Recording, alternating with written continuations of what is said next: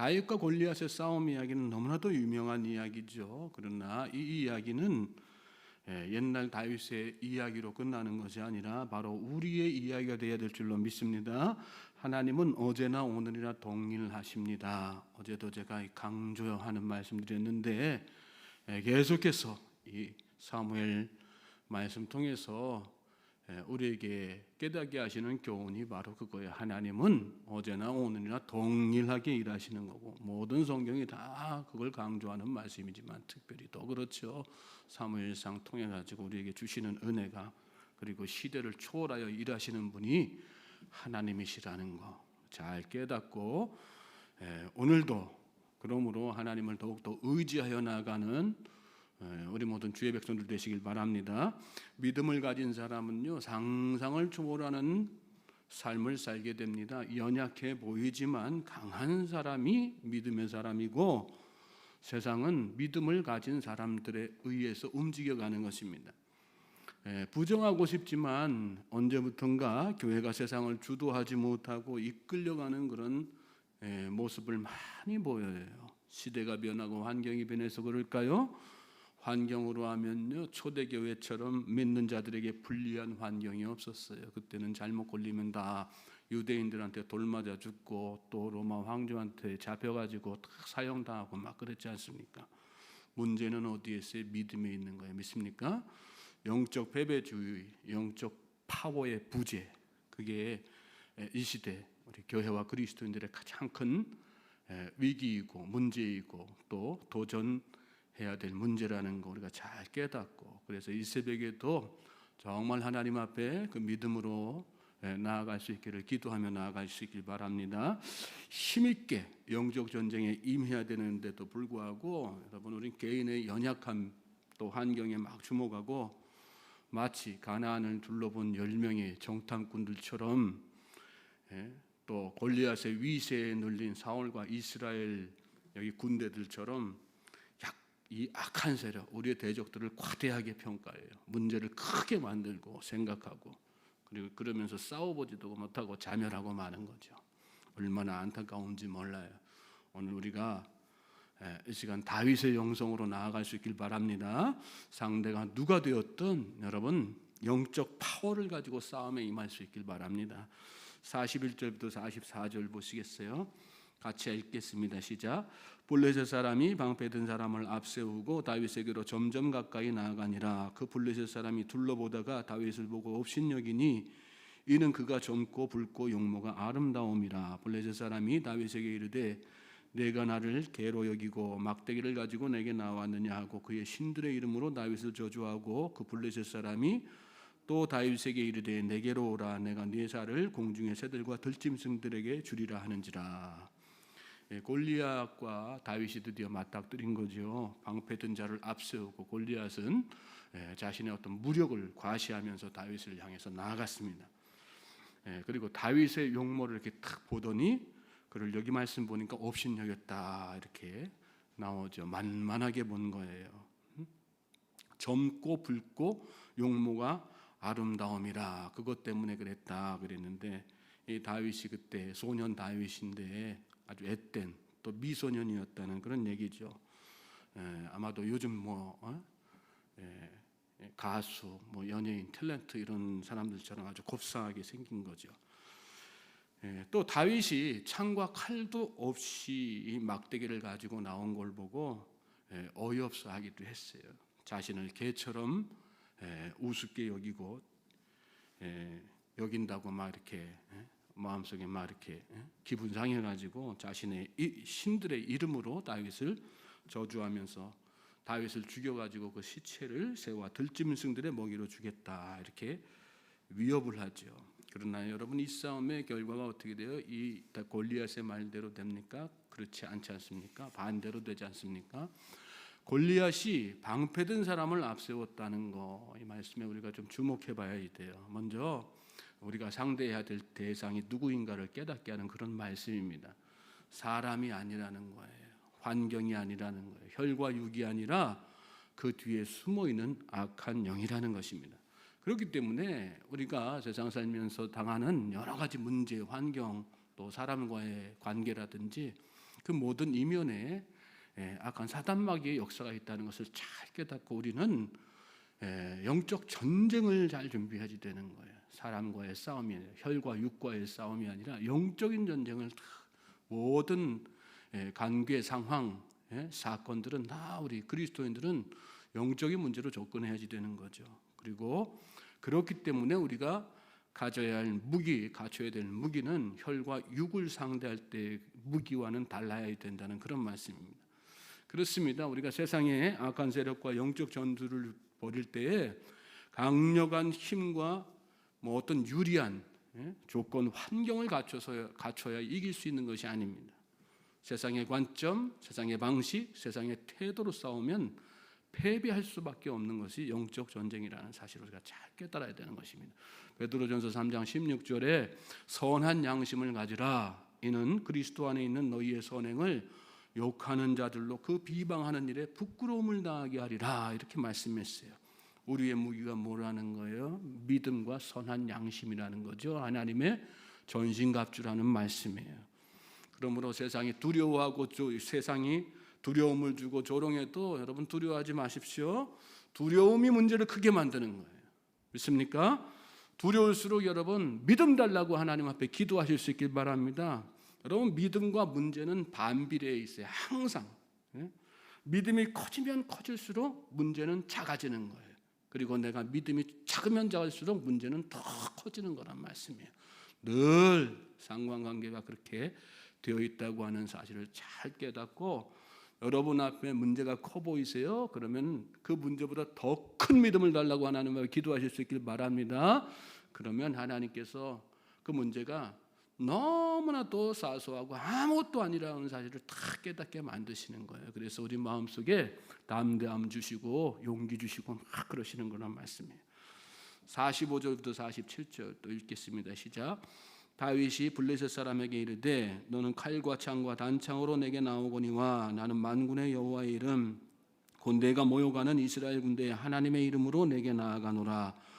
오늘 여호와께서 너를 내 손에 넘기시리니 내가 너를 쳐서 내 목을 베고 블레셋 군대의 시체를 오늘 공중의 새와 땅의 들짐승들에게 주어 온 땅으로 이스라엘의 하나님이 계신 줄을 알게 하겠고 또 여호와의 구원하심이 칼과 창에 있지 아니함을 이 무리에게 알게 하리라. 전쟁은 여호와께 속한 것인즉 그가 너희를 우리 손에 넘기시리라.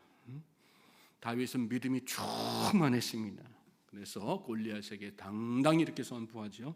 너는 칼과 창과 단창으로 내게 나오거니와 나는 만군의 여호와의 이름 곧 내가 모여가는 이스라엘 군대의 하나님의 이름으로 내게 나아가노라. 얼마나 멋있는지 몰라요. 소년 다윗이 얼마나 당당한지 몰라요. 그 위세 강한 골리앗 앞에서 조금도 위축되지 않고 누구를 믿고 있기 때문에 하나님 믿고 있기 때문에 여러분 승리를 날마다 선포하시기 바랍니다. 믿습니까?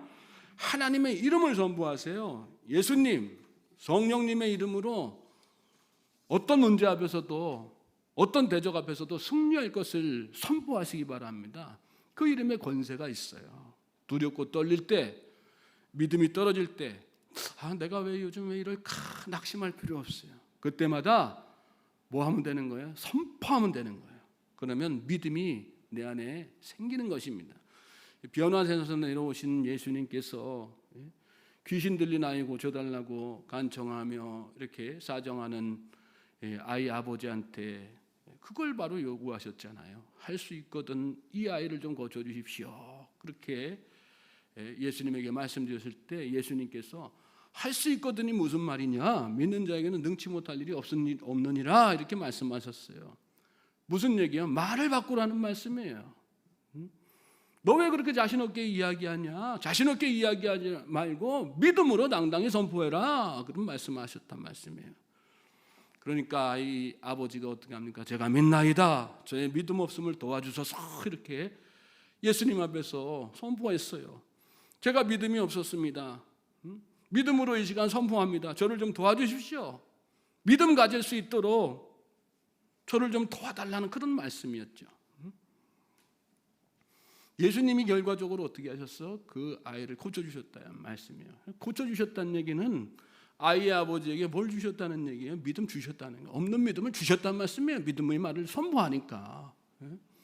저는 저와 여러분이 그 놀라운 은혜의 주인공들 되실 수 있길 바랍니다. 마음이 위축되고 믿음이 자꾸 떨어지고 막 그럴 때 마음속에 의심이 생길 때요, 믿음을 선포하세요. 선포하면 믿음이 생기는 거예요. 자생하는 게 저절로 생기는 게 아니라 주님이 그 음성, 그 믿음의 말을 선포하는 말을 들으시고 믿음을 주신다는 말씀이죠. 그리고 그 믿음으로 인해서 놀라운 구원의 역사, 승리의 역사가 일어나게 되는 줄로 믿습니다. 자, 다윗은 승리를 확신했어요. 여호와의 구원하심이 칼과 창에 있지 아니함을 이 무리에게 알게 하리라. 전쟁은 여호와께 속한 것이다. 우리가 믿음으로 선포하면서 나아가면 하나님께서 반드시 승리케 하시는 것이라는 말씀이에요. 전쟁은 여호와께 속한 것입니다. 여러분이 이런 말씀을 그냥 듣고 지나지 마시고요. 그래, 전쟁은 여호와께 속한 것이지, 그렇게 그냥 흘려보내지 마시고 마음속에 담아두고 간직하시기 바랍니다.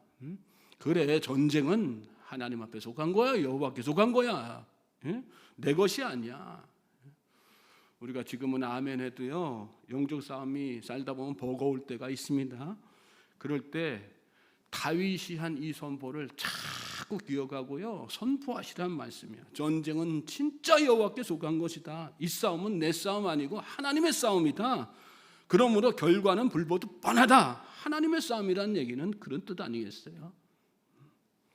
이미 이긴 싸움, 하나님을 보시라는 말씀이에요. 나를 보지 말고 내 환경을 따지지 말고 하나님을 보시라. 상대를 보지 말고 문제를 보지 말고 환경을 보지 말고 누구요? 하나님을 보시라는 말씀이에요. 48절부터 49절 말씀 또 보세요. 같이 읽겠습니다. 시작. 블레셋 사람이 일어나 다윗에게로 마주 가까이 올 때에 다윗이 블레셋 사람을 향하여 빨리 달리며 손을 주머니에 넣어 돌을 가지고 물매로 던져 블레셋 사람의 이마를 치매 돌이 그의 이마에 박히니 땅에 엎드러지니라. 다윗의 말이 끝나기가 무섭게 골리앗이 달려들어요. 그리고 말씀 보니까 다윗도 저기서 막 골리앗이 달려오니까 다윗도 막 같이 마주보면서 이게 질세라 하고 막 달려가요. 골리앗을 향해서. 근데 여기 말씀 보니까 빨리 달렸다 그랬어요. 빨리 달렸다. 전쟁 용어 중에 고지론이라고 하는 말이 있습니다. 싸움에 승리하기 위해서는 적보다 유리한 높은 고지를 점령해야지 되고 또 그 점령할 때까지 기다리라는, 그런 잘 준비하면서 기다리라는 얘기예요. 근데 여러분, 영적 전쟁은 고지론이 적용 안 돼요. 지금 즉시 빠르게 기민하게 누구를 믿고요? 하나님을 믿고 즉각적인 순종이 필요하다는 말씀입니다. 더 기도하고 더 준비해야지. 물론 기도 열심히 준비하는 거 중요하죠. 근데 중요한 건 지금 시작하는 거란 말씀이에요. 지금 나에게 맞닥뜨리는 문제 회피하지 말고 기다리지 말고 뭘 더 인간적으로 준비해야 되나 고민하지 말고 하나님을 믿고 그래, 내가 당당히 맞서자. 세상에 어떤 문제든 다 마찬가지예요. 사람과의 관계도 다 마찬가지예요. 여러분, 세상 살면서 이런저런 관계가 얽혀있는 사람과의 문제가 있습니까? 나중 되면 잘 되겠지, 내가 뭘 더 준비해야 되겠지, 그런 생각하지 말고 지금 즉시 하나님 믿고 달려나갈 수 있길 바랍니다. 그럴 때 하나님께서 역사하시는 거란 말씀이에요. 우리 삶의 문제도 재정적인 문제도 직장의 문제도 사업의 문제도 다 마찬가지예요.